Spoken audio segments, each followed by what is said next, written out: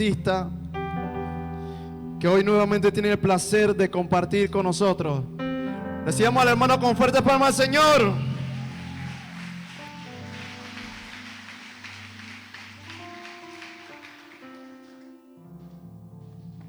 Qué domingo, ¿no? Desde temprano están. No sé qué habrán hecho que el Señor los está castigando, que nos tienen que escuchar, ¿no? Primero, antes de predicar, quiero tomarme unos segunditos para agradecer a la iglesia, al pastor Caballero, a Joab, a sus hermanos, por la bendición que me significó para mí conocerlos, estar en este lugar. La verdad que agradezco al Señor por estos días. Gracias también a Joab, al equipo, por haberse arriesgado a invitarme.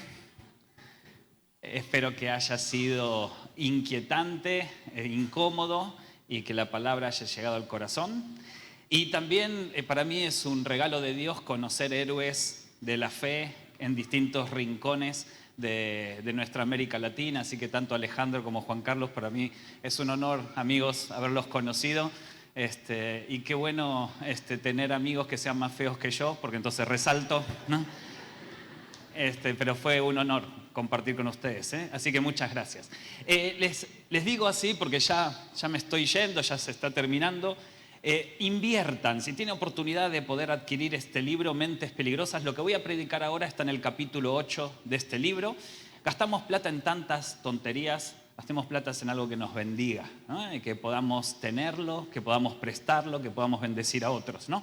Y también para nuestros hijos, capacitémoslo para que le puedan decir no a la violencia. Así que cómo destruir el monstruo del bullying y de la violencia en la infancia. Así que sería muy bueno que lo puedan adquirir. Y por último, les cuento, los jóvenes de mi iglesia están haciendo estas pulseras, que no sé si se llega a ver, tiene un cosito rojo y después negros y blancos, y significa que una sola gota de sangre de Jesús alcanzó para sacarte de la oscuridad a la luz.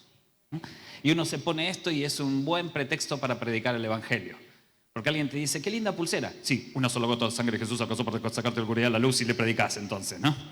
Y saben que estas las hacen los jóvenes de mi iglesia, y con este dinero recaudado nosotros hacemos ayuda social allá en Buenos Aires, ¿no? Así que sería una bendición que nos puedan acompañar en esta ayuda. Vamos a la palabra de Dios, que es lo más importante.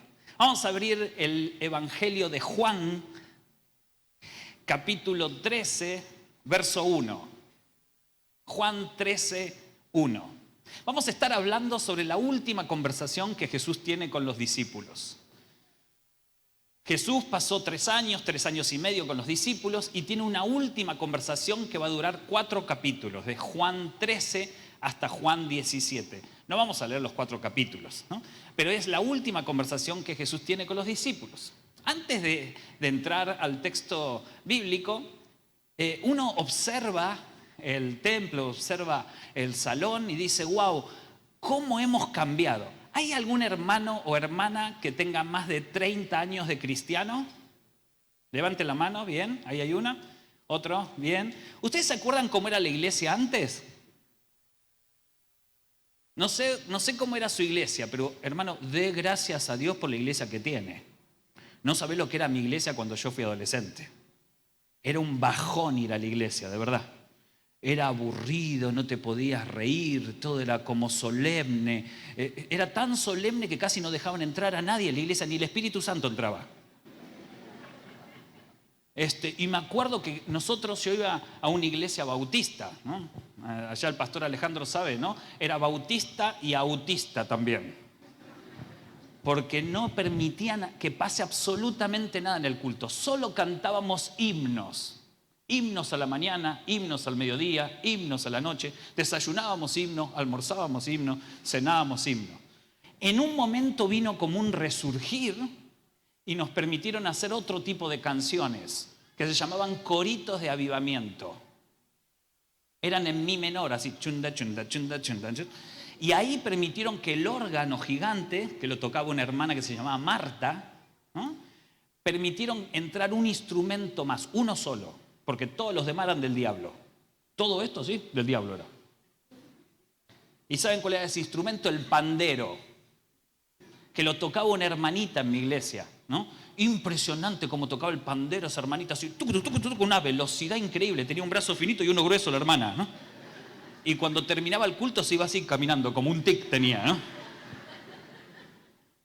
Y ahora, ¿cómo hemos aprendido a alabar al Señor de todas las maneras posibles? Me encantaron los adolescentes haciendo esa coreografía. Creo que fue el jueves a la noche, ¿no? Me encantó. Me los llevaría todo a Buenos Aires. En mi iglesia hubiese sido, pero ¿sabes qué, no? Te exorcizaban si vos llegabas a bailar. De hecho, una vez hicimos el primer concierto de música rock en mi iglesia, ¿no? El primero de todos. Y me acuerdo que pusimos 2 luces así muy tímidamente de colores y alquilamos una máquina de humo. Y era un concierto de música rock. No le dijimos al pastor que era de rock. Le dijimos que era de alabanza y adoración. A mitad del concierto, una hermana llamó por teléfono al pastor, apareció el pastor y echó a todo el mundo de la iglesia. Porque la hermana le había dicho, pastor, venga urgente, que los jóvenes trajeron el infierno a la iglesia. Hasta humo sale del púlpito.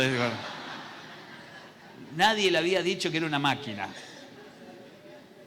¿Cómo crecimos? Gloria a Dios por la iglesia que tenemos. ¿Cuántos dicen amén? Amén.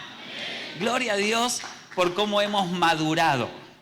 ¿Sí? Gloria a Dios porque hemos aprendido que hay cosas que no eran importantes y nosotros las tomamos como importantes, y hay cosas que ni le prestábamos atención que son realmente las importantes, ¿no? Es decir, hemos crecido.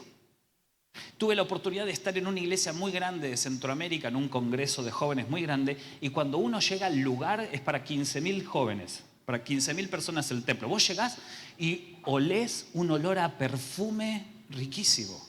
Entonces le dije, qué rico olor que hay. Me dijeron, sí.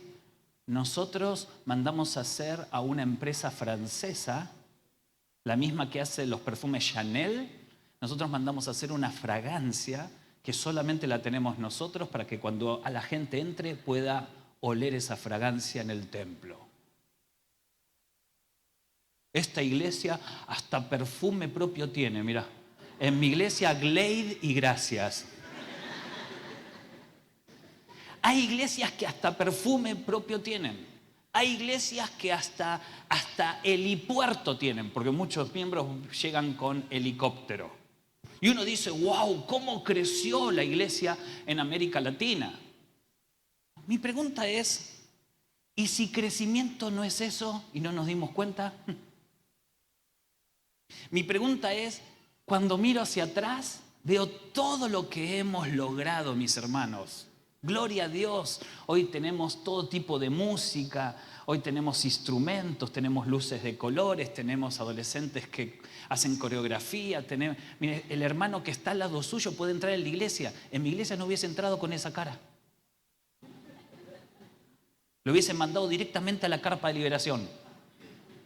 Hoy podemos estar acá, gloria a Dios por eso. Y uno dice, lo logramos, tenemos todo, Adrián. Hasta perfume tenemos. Y entonces me pregunto, ¿qué más tiene que hacer el Señor con nosotros? ¿Qué más hay para nosotros? Algunos dicen, no, ya está. Lo único que nos queda es crecer numéricamente. Porque todo lo demás ya lo tenemos. Y si no nos dimos cuenta que todavía hay mucho más por lo que el Señor tiene que renovar nuestra vida. Entonces quiero presentarles lo que yo creo que va a ser el próximo avivamiento. Ya tenemos la música, ya tenemos el perfume, ya tenemos las luces. ¿Qué más tiene el Señor que mostrarnos? Vamos a leer Juan capítulo 13, verso 1. Y dice así, antes de la fiesta de la Pascua, sabiendo Jesús que su hora había llegado para que pasase de este mundo al Padre, como había amado a los suyos que estaban en este mundo, los amó hasta el fin. Hay 2 ideas importantes en este versículo. Dice que antes de la fiesta de la Pascua, sabiendo Jesús que su hora había llegado para que pasase de este mundo al Padre, como había amado a los suyos que estaban en el mundo, los amó hasta el fin. Hay 2 ideas fundamentales. La primera idea fundamental, ¿cuál es? ¿Qué es lo que sabe Jesús? Bien fuerte. ¿Qué sabe Jesús? Que su hora había llegado. Significa que Jesús tiene plena conciencia que lo próximo es la muerte. Es decir, Jesús no tiene tiempo que perder. Va a tener la última conversación con los discípulos. Jesús sabe que su hora ha llegado, que llegó el fin, que viene la cruz. Él sabe lo próximo que va a pasar. Entonces yo me imagino a Jesús diciendo, tengo que hablar con mis amigos, tengo que contarle lo que tienen que hacer. Yo me imagino a Jesús desesperado para que los discípulos puedan comprenderlo bien, porque los discípulos pasaron 3 años con Jesús casi no entendiendo nada. De hecho, Jesús predicaba y ellos decían, amén, amén. ¿Qué dijo? No sé, ¿no? Muchas oportunidades le decían, Señor, no entendimos nada, nos lo explicás de nuevo.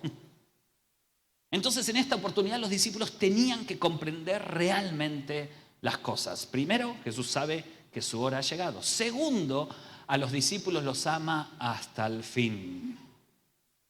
Y cuando dice acá que a los suyos que estaban en el mundo los amó hasta el fin, no se está refiriendo a todos nosotros. Ese amor atemporal, universal, que llega hasta nosotros. Como por ejemplo en Juan 3:16, donde dice, de tal manera amó Dios al mundo, se refiere a todos nosotros. Nos alcanza también a nosotros. Pero en este caso se está refiriendo específicamente a los discípulos. Jesús sabe que su hora ha llegado. Ama a los discípulos hasta el fin. Vamos al verso 3. Sabiendo Jesús que el Padre le había dado todas las cosas en las manos y que había salido de Dios y a Dios iba. No solamente Jesús sabe que su hora ha llegado, no solamente Jesús ama a los discípulos hasta el fin, sino que sabe que el Padre le entregó todas las cosas en las manos. Pero pregunto, ¿por qué el Padre justo antes de que Jesús muera le da toda la autoridad de que Jesús haga lo que quiera? Porque ¿qué significa que el Padre le entregó todas las cosas en las manos a Jesús? Significa que en ese momento Jesús tenía el poder de tomar la decisión que quisiera.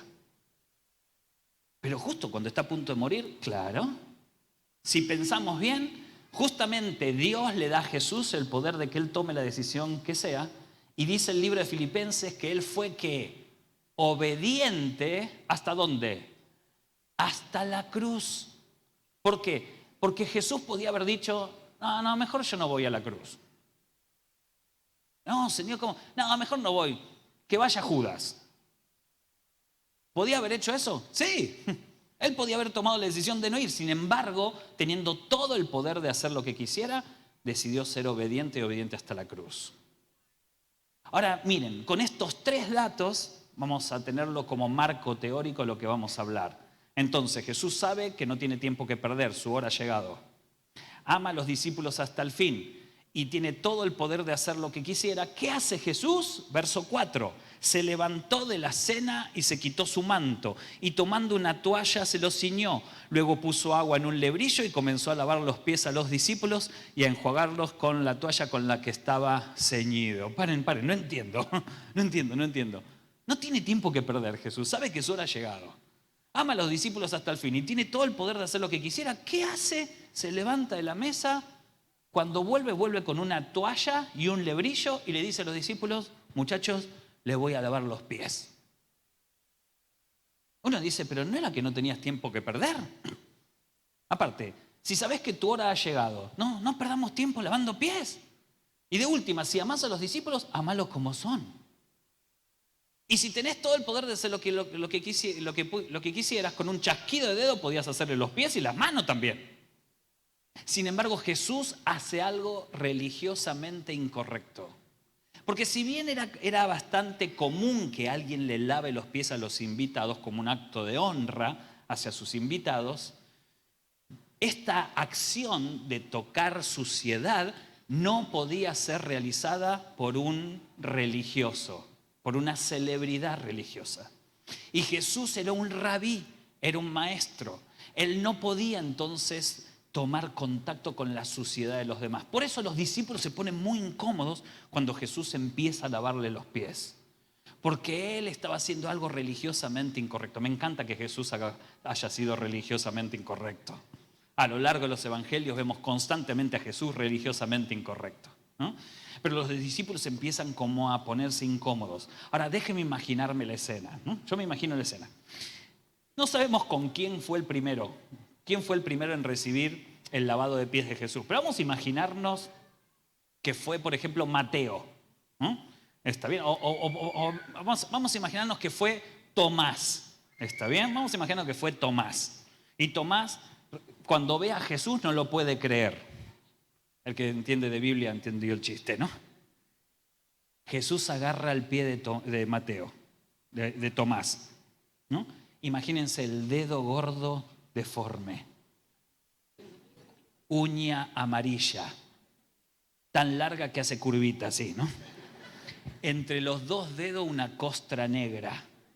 Cuando Jesús se acerca, olor a parmesano, ¿no? Empieza Jesús a lavarle los pies así,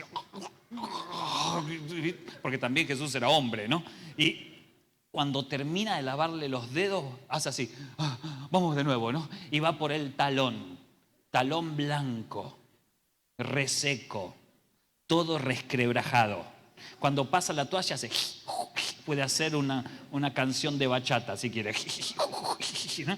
Cuando termina con Tomás, sigue con Mateo. Cuando termina con Mateo, sigue con Andrés. Y así comienza a lavar a los discípulos los pies. Todos los discípulos, nadie dice nada, ¿no? Y Jesús hace algo religiosamente incorrecto. Hasta que le toca el momento ¿a quién?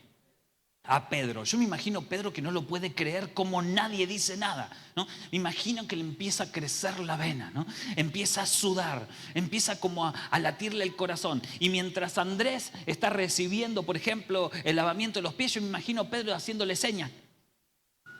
Y Andrés. Y dice la Biblia que cuando le toca a Pedro, ¿qué dice Pedro? Señor, yo me imagino a Jesús. Ay no, Pedro, hoy no. ¿Qué pasa, Pedro? Señor, ¿a mí me vas a lavar los pies? Y Jesús dice que le dice, mira, Pedro, a ver, lo que estoy haciendo no lo entendés ahora, pero lo vas a entender dentro de un rato. Así que sentate, ¿sí? Y entonces se sienta Pedro, vuelve a pararse, Señor, ¿qué pasa, Pedro? ¿Y qué dice Pedro? Dice así, a mí no me lavarás los pies jamás. Viste que a veces somos así con el Señor, ¿no? Me imagino a nosotros diciéndole, Señor, nunca más voy a pecar.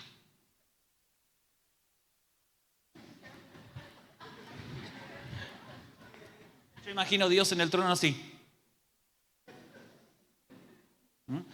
Pedro le dice, Señor, a mí no me lavarás los pies jamás. Entonces Jesús lo mira y le dice, mira, Pedro, si no te dejas lavar los pies, no tenés parte conmigo.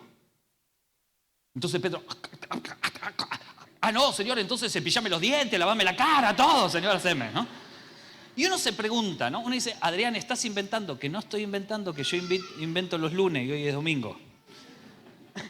Dice, luego puso agua en un lebrillo, verso 5, y comenzó a lavar los pies a los discípulos, a enjugarlos con la toalla con que estaba ceñido. Entonces vino a Simón Pedro y Pedro le dijo, Señor, ¿tú me lavas los pies? Respondiendo Jesús le dijo, lo que yo hago tú no lo comprendes ahora, mas lo entenderás después.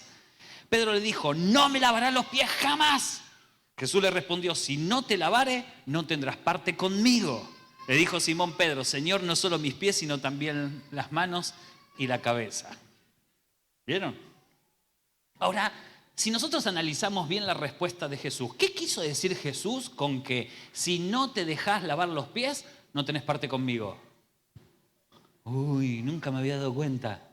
¿Qué significa no tendrás parte conmigo? Pregunto, ¿qué significa? Que Jesús le dijo a Pedro, si no te dejas lavar los pies, no tenés parte conmigo. Miren, algo tan importante significó que Pedro se desesperó, diciéndole, Señor, entonces lavame todo. No, entonces sí, Señor, perdón, retiro lo dicho. Porque para Pedro fue algo peligroso lo que dijo. Iba a perder algo. Ahora, ¿qué iba a perder? ¿Qué significa no tendrás parte conmigo? Algunos se ponen como muy extremistas y dicen, la salvación. Por eso Pedro dijo, no, entonces lavame la cara, la cabeza, todo, ¿no? Se desesperó. Otros pueden decir, no, quizás quiso decir que no iba a ser parte del grupo de él. Es decir, que no iba a ser parte del ministerio. Por eso Pedro se desespera. Otros dicen, quizás se estaba refiriendo al reino. Otro quizás se estaba refiriendo a ese momento. No lo sabemos. Lo que sí sabemos es que fue algo tan importante el lavamiento de los pies, hasta tal punto que Pedro se desesperó cuando Jesús le dijo: si no te dejas lavar los pies, no tenés parte conmigo. Y miren lo que sucedió después. Después dice de que Jesús, cuando terminó de lavarle los pies a todos, se levantó de la mesa y se fue. Yo me imagino, déjenme imaginarme, ¿no? A mí me gusta imaginarme las cosas. Yo me imagino a todos los discípulos así en silencio. Todos con los pies limpios, olorcito ahí, a jabón. Todos así. Y me imagino, por ejemplo, no sé, me imagino a Andrés diciéndole a Mateo: Mateo, ¿qué? ¿Vos entendiste lo que dijo Jesús? Que si no te dejás lavar los pies no tenés parte con él. Y yo me imagino a Mateo diciendo: no lo entendí, por eso no lo voy a escribir. Y me imagino entonces a Andrés diciendo: Juan, ay, ¿qué pasa, hermano? Más amor. ¿Vos entendiste lo que dijo Jesús? Que si no te dejás lavar los pies no tenés parte con él. Y me imagino a Juan diciendo: sí, yo lo entendí, por eso lo voy a escribir. ¿Y qué entendiste? Que nadie va al cielo con los pies sucios. Es más, yo creo que ninguno de los discípulos entendió bien qué significó el lavamiento de los pies. Para colmo, vuelve Jesús, y miren lo que hace, ¿no? Dice que vuelve Jesús, verso 12. Así que después que les hubo lavado los pies, tomó su manto, volvió a la mesa y les dijo: ¿sabéis lo que he hecho? Fíjense que nadie contesta nada. Es decir, les dice: muchachos, ¿entendieron lo que acabo de hacer? Y todos... Nadie había entendido nada. Y de hecho creo que nosotros todavía no entendemos lo que significó el lavamiento de los pies. Estudié en el Instituto Bíblico ahí en Buenos Aires, ¿no?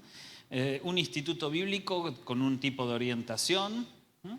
Después me convertí, pero antes estudié en el Instituto Bíblico. Y ¿saben que lo que enseñaba este Instituto Bíblico? Que el lavamiento de los pies era la clara señal de la humildad y servicio de Jesús. Que cuando Jesús le lavó los pies a los discípulos, lo que estaba haciendo era mostrarse humilde y servicial. Un claro ejemplo de la humildad de Jesús y del servicio es el lavamiento de los pies. Y yo pregunto, ¿y si no fue eso lo que Jesús quiso enseñarnos? Vieron que no hay muchas prédicas sobre el lavamiento de los pies, ¿no? Y si no fue eso, si Jesús no quiso mostrarse humilde y servicial, sino que quiso enseñarnos otra cosa y no nos dimos cuenta. ¿Por qué digo esto? Porque miren lo que dice ahora Jesús. Verso 13. Verso 12. Así que después que les hubo lavado los pies, tomó su manto, volvió a la mesa y les dijo: ¿sabéis lo que he hecho? Verso 13. Vosotros me llamáis maestro y señor y decís bien porque lo soy. Pues si yo, el Señor y el Maestro, he lavado vuestros pies, vosotros también deberos lavar los pies los unos a los otros, porque ejemplos he dado para que como yo os he hecho, vosotros también hagáis. Fíjense que acá Jesús no estaba mostrándose él. ¿Saben por qué? Porque ya se había mostrado. Él no tenía necesidad de mostrar que era humilde. ¿Saben por qué? Porque lo era. No tenía necesidad de mostrarse servicial. ¿Saben por qué? Porque se pasó 3 años y medio sirviéndolo. Por eso les dice: ustedes dicen que yo soy maestro y señor. ¿Y saben qué? Hacen bien porque lo soy. Ya se los mostré. Ya no hay nada más que mostrar. Lo próximo que viene es la cruz. Si no lo entendieron hasta ahora, no lo van a entender nunca más. Es decir, Jesús no le lavó los pies para mostrar un ejemplo de lo que Él era. Le lavó los pies a los discípulos no por Él, sino por ellos. Para que entre ellos hicieran eso. Algunas iglesias son muy extremistas. Yo he ido a una iglesia en donde todos los domingos toman la Santa Cena, todos los domingos, la Santa Cena, y se lavan los pies los unos a los otros. Yo le iba a decir a los pastores por qué no lo hacíamos hoy, pero salió el sol a la mañana y mejor no, ¿no? Porque ustedes creen que Jesús vino a implementar una nueva liturgia con el lavamiento de los pies, un nuevo momento en el culto, una nueva tradición para que nosotros escuchamos las prédicas, testimonios, adoramos, alabamos, ofrendamos, diezmamos, ¿no? Y también nos lavamos los pies. ¿Ustedes creen que Jesús vino a implementar eso? No lo creo. Yo no creo que el lavamiento de los pies haya tenido el objetivo de formar parte en el culto de algún rito o alguna actividad nuestra. Yo creo que es mucho más profunda. Lo que sí sé es que a nosotros todavía nos cuesta entender qué es el lavamiento de los pies. Recuerden, Dios nos dio un avivamiento, Dios nos dio una renovación, Dios nos permitió tomar buenas decisiones. Hoy tenemos una iglesia mejor, pero ¿qué es lo que viene por delante? Tiene que haber más. Hay algo que Dios tiene escondido para nosotros. Y miren lo que sucede ahora, ¿no? Me encanta esta parte. Después, lo que dice Jesús es, mientras está comiendo la Pascua ahí, ya todos con los pies limpios, todos se quedaron como pensando, como diciendo, si no me dejo lavar los pies no tengo parte con él. Y encima no lo tiene que hacer él, sino que yo se lo tengo que hacer a los demás. Tenían un lío en la cabeza. No entendieran nada. Y para colmo Jesús está comiendo la Pascua y en un momento hace, muchachos, no me quiero olvidar que tengo algo muy importante que decirles, ¿no? Y todos, sí, ¿qué pasa, Señor? No, quería decirles que hay un traidor entre nosotros. Y todos los discípulos así, ¿cómo? ¿Qué dijo? Que uno de los que está acá lo va a entregar. No, ¿quién es? No sé. Y dice la Biblia que todos empezaron a mirar. Yo me imagino un discípulo así.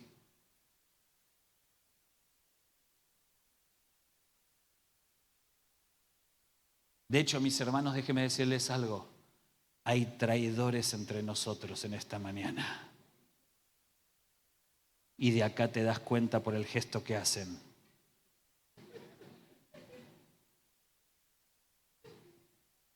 ¿Quién salta en ese momento? Pedro. ¿Qué hace? Ve que Juan está recostado sobre el pecho de Jesús, entonces Pedro hace esto.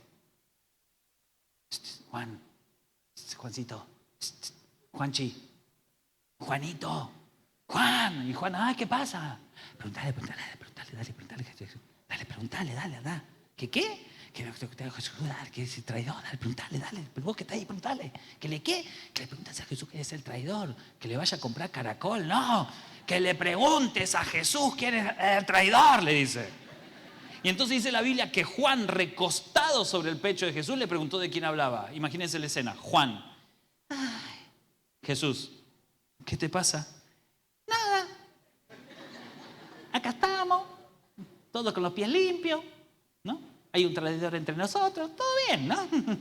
Y Jesús le dice, te noto como extraño. No me pasa nada. ¿Te puedo hacer una pregunta? ¿No? Y Jesús dice, sí, dale, ¿qué necesitas? Me decís. Te digo qué cosa. ¿Me decís quién es el traidor? No se lo cuenta a nadie, dale, me decís, ¿no? Entonces dice que la Biblia que Jesús le dijo, mira, ¿quién es el traidor? Mira, a quien yo moje este pan y se lo dé, ese es. Y entonces dice la Biblia que mojando el pan se lo dio ¿a quién? A Judas. Judas comió el bocado, Satanás entró en él, se levantó, se fue y Jesús le dijo, lo que vas a hacer, anda a hacerlo rápido. Pero nadie entendió. ¿Por qué? Esto es lo que yo me imagino que sucedió. Yo me imagino, Pedro le dice a Juan, pregúntale a Jesús, Juan le pregunta a Jesús que le diga, Jesús le dice a quien yo moje el pan, ese es. Y entonces yo me imagino que cuando Jesús le da el pan a Judas, Juan hace así, Pedro, ¿qué? ¿Le va a mojar el pan? ¿Qué pan? ¿Qué sé yo? ¿Qué pan, hermano? Pero va a mojar el pan y se ponen a discutir ellos. Cuando hace así, todo pasó ya. Y solo escuchan la última parte, entonces se quedaron todos diciendo, en cualquier momento moja el pan. Imagínense toda una cena observando a Jesús. Imagino a Jesús mojando el pan y todo. Y pasa por vos y decís, no. Dios. Es más, quizás Jesús no volvió a mojar el pan en toda la noche. Todos se quedaron expectantes como, ¿y entonces quién es el traidor? Porque no habían visto toda esa escena. Uno dice, Adrián, que estás exagerando. Que no estoy exagerando, yo exagero los lunes. Verso 21, habiendo dicho esto, Jesús se conmovió en espíritu y declaró, de cierto os digo, que uno de vosotros me va a entregar. Hay un traidor entre nosotros. Entonces los discípulos se miraban unos a otros dudando de quién hablaba. Y uno de sus discípulos al cual Jesús amaba estaba, me encanta como Juan habla en tercera persona, es como un jugador de fútbol, ¿viste? Dice, y uno de los discípulos al cual Jesús amaba era él. Estaba recostado al lado de Jesús. A este pues hizo señas Simón Pedro para que le preguntase quién era aquel de quien hablaba. Él entonces, recostado sobre el pecho de Jesús, le dijo: Señor, ¿quién es? Respondiendo Jesús: a quien yo diera el pan mojado, aquel es. Y mojando el pan se lo dio a Judas Iscariote, hijo de Simón. Y después del bocado, Satanás entró en él. Entonces Jesús le dijo: lo que vas a hacer, hazlo más pronto. Pero ninguno de los que estaban en la mesa entendió por qué dijo esto. Todos se quedaron ahí expectantes. Y para colmo, Jesús tira una nueva bomba. Les dice: un nuevo mandamiento os doy. Todo, ¿cómo un nuevo mandamiento? Ya están los mandamientos. No, uno nuevo les doy. Ámense entre ustedes, pero como yo los he amado. Y todos: ay, qué lindo. Y después le dice: me voy. ¿A dónde te vas? Me voy. Y donde yo me voy, ustedes no me pueden acompañar. No, Señor, ¿cómo que te vas? ¿Cómo que te vas? Jesús se estaba refiriendo a la muerte. Le dice: ¿saben qué? Quédense tranquilos, así como les dije a los judíos, yo voy a volver. Pero ahora me voy y ustedes no me pueden acompañar. ¿Quién saltó en ese momento? Pedro. Que le dice así, le dice: perdón, no sé si escuché bien. ¿Vos te vas? Sí, me voy y donde yo me voy, ustedes no me pueden acompañar. No, nada de eso. Yo voy con vos, Señor. No, Pedro, no me puedes acompañar. Que sí, que voy con vos, Señor. Yo voy a ir con vos. A donde vos vayas, yo voy. Que no, Pedro, no lo estás entendiendo. Que sí, Señor. Vos no me estás entendiendo a mí. Pedro llamando a Jesús. Hola, Pedro llamando a Jesús. Acá te estoy diciendo que yo voy a ir hasta donde vos vayas. Yo voy, Señor, con vos. Y Jesús le dice: ay, no, Pedro, ay, para. A ver, entendeme bien, Pedro. Pedrito de mi vida, Pedrito de mi corazón, primera Pedro y segunda Pedro, ¿no?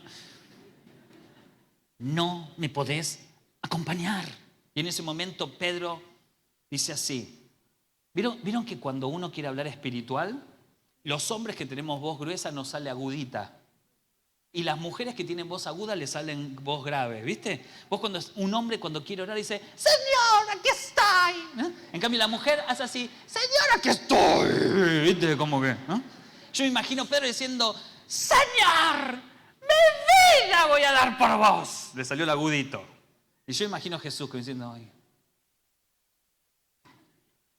¿tu vida vas a dar por mí, Pedro? Y yo creo que en ese momento a Pedro le agarró el espíritu de Cheyenne. Dijo: lo dejaría todo porque te quedaras, mi sueño, mi pasado, mi religión.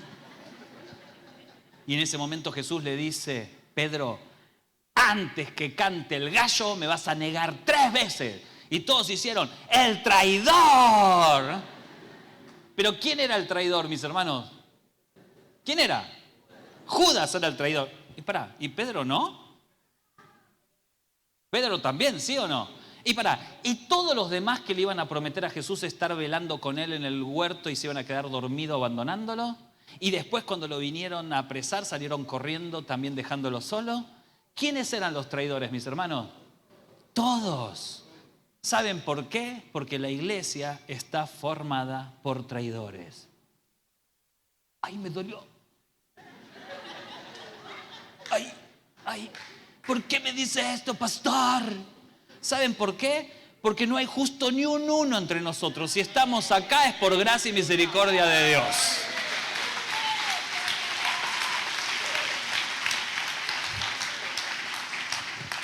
El otro día, ¿cuánto tengo?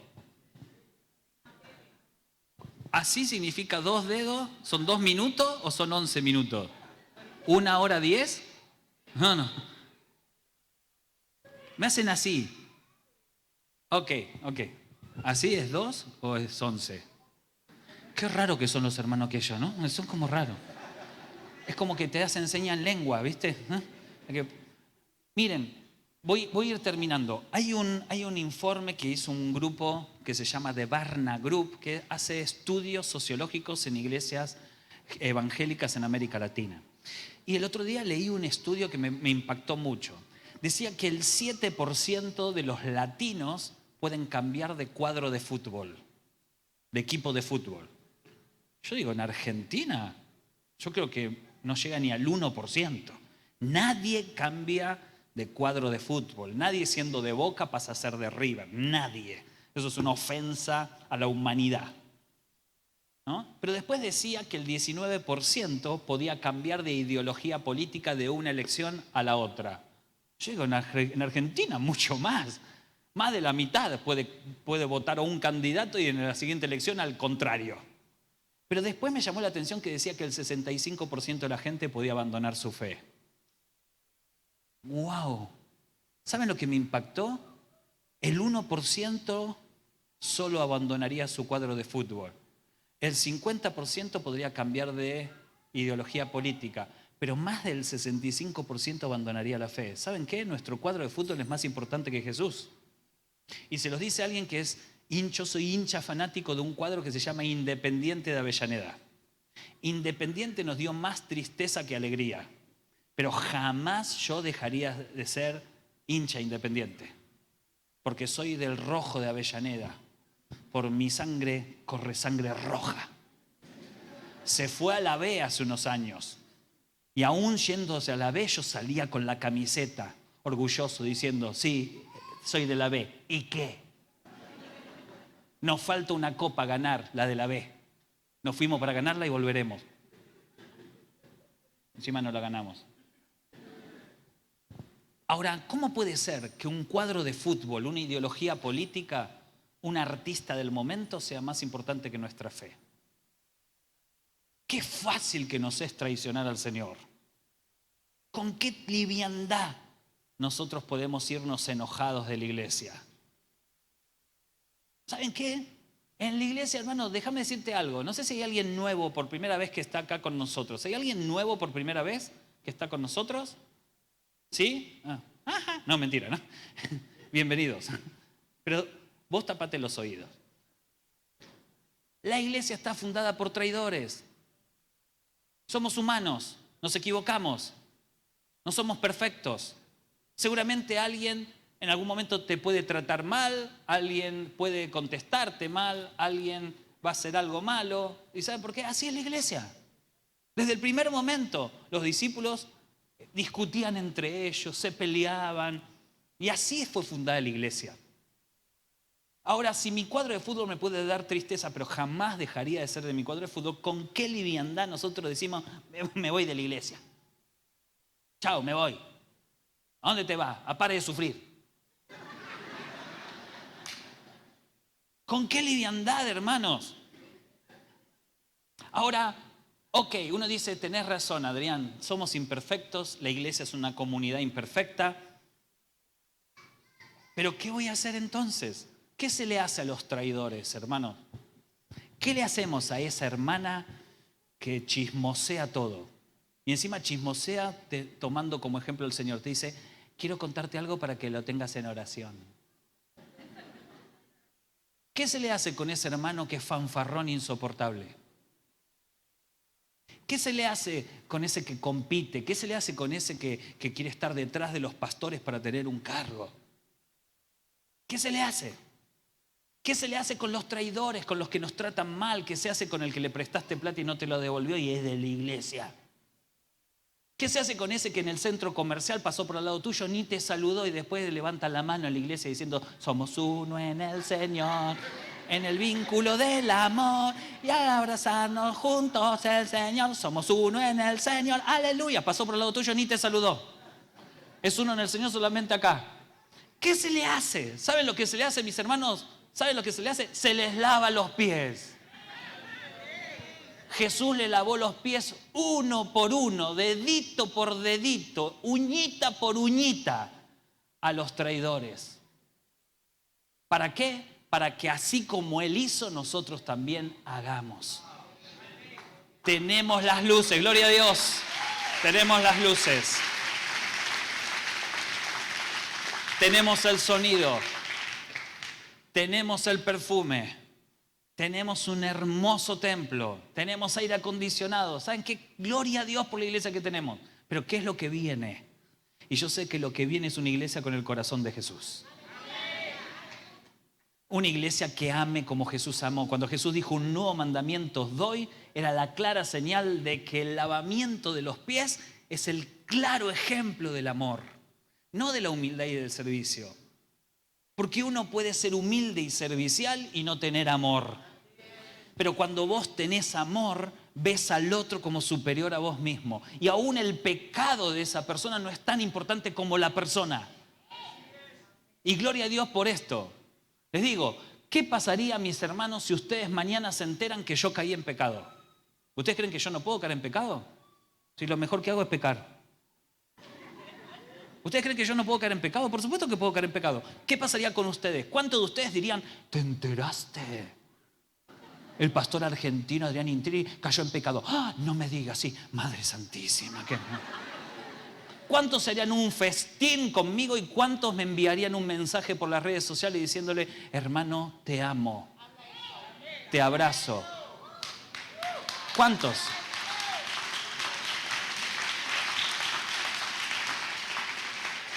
Mis hermanos, tenemos el templo, tenemos la tecnología, tenemos canciones hermosas, tenemos predicadores espectaculares. Ustedes tienen un pastor hermoso, unos ministros increíbles, suena una barbaridad. Todo esto tiene adolescentes que bailan con una pasión increíble, tenemos todo.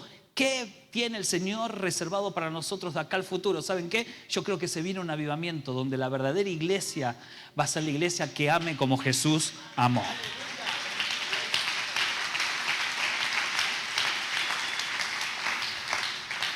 Y me tomo este atrevimiento, pastor Caballero, por favor, con mucho respeto lo quiero hacer. ¿Qué pasa si su pastor cae en pecado? No va a pasar, ¿eh?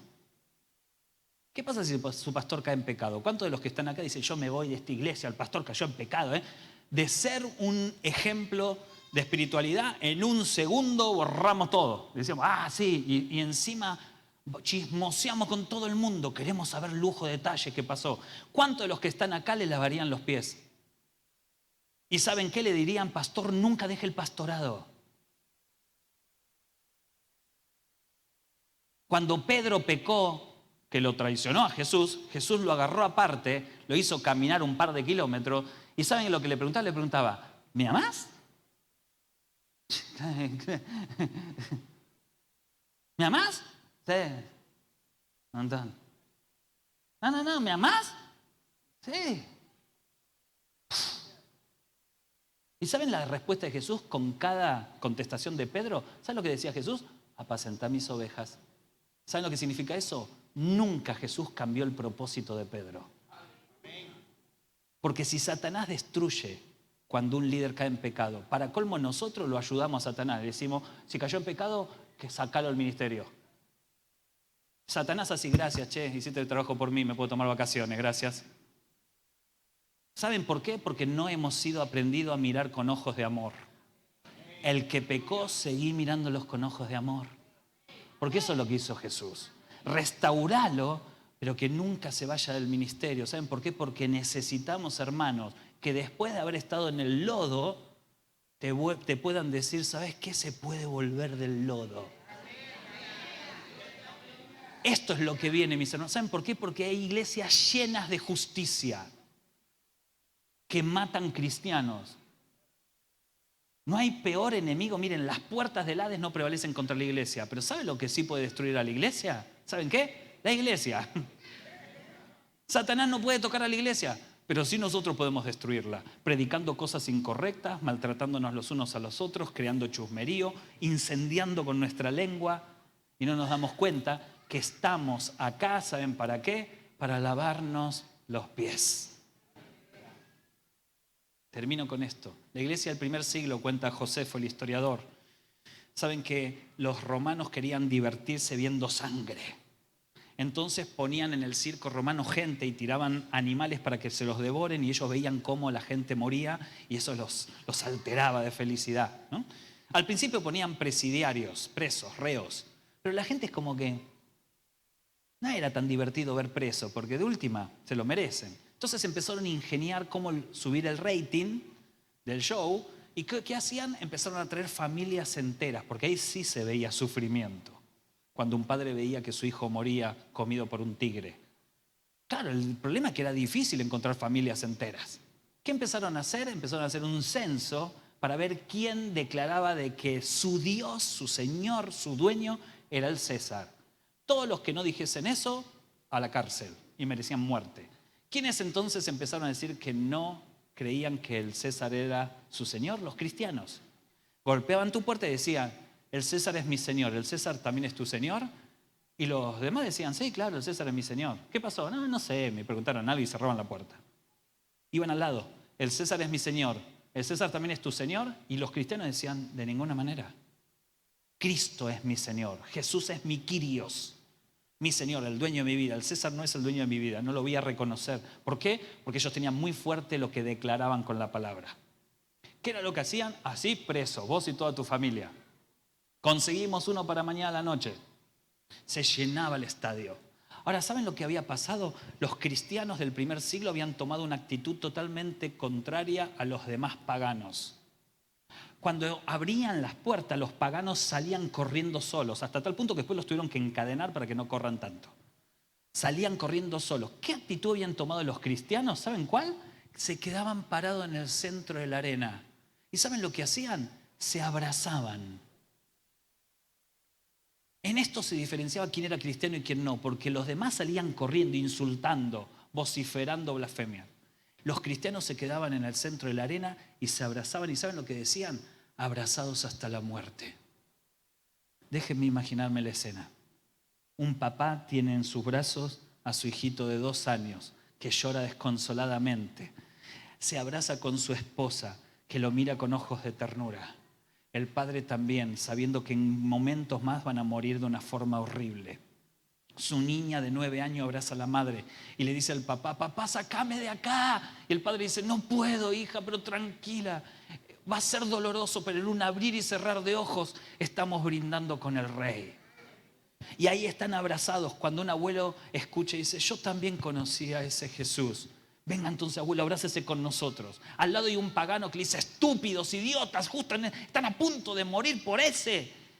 Pero ¿por qué no blasfemás? ¿No te das cuenta que puedes salir de acá? Ustedes son unos tarados, unos idiotas. Empiezan a insultarlo. Cuando una mujer dice, yo conocía también a ese de Nazaret. Entonces venga, abuela, abrácese con nosotros. ¿Y saben lo que hacían? Se abrazaban, diciendo abrazados hasta la muerte.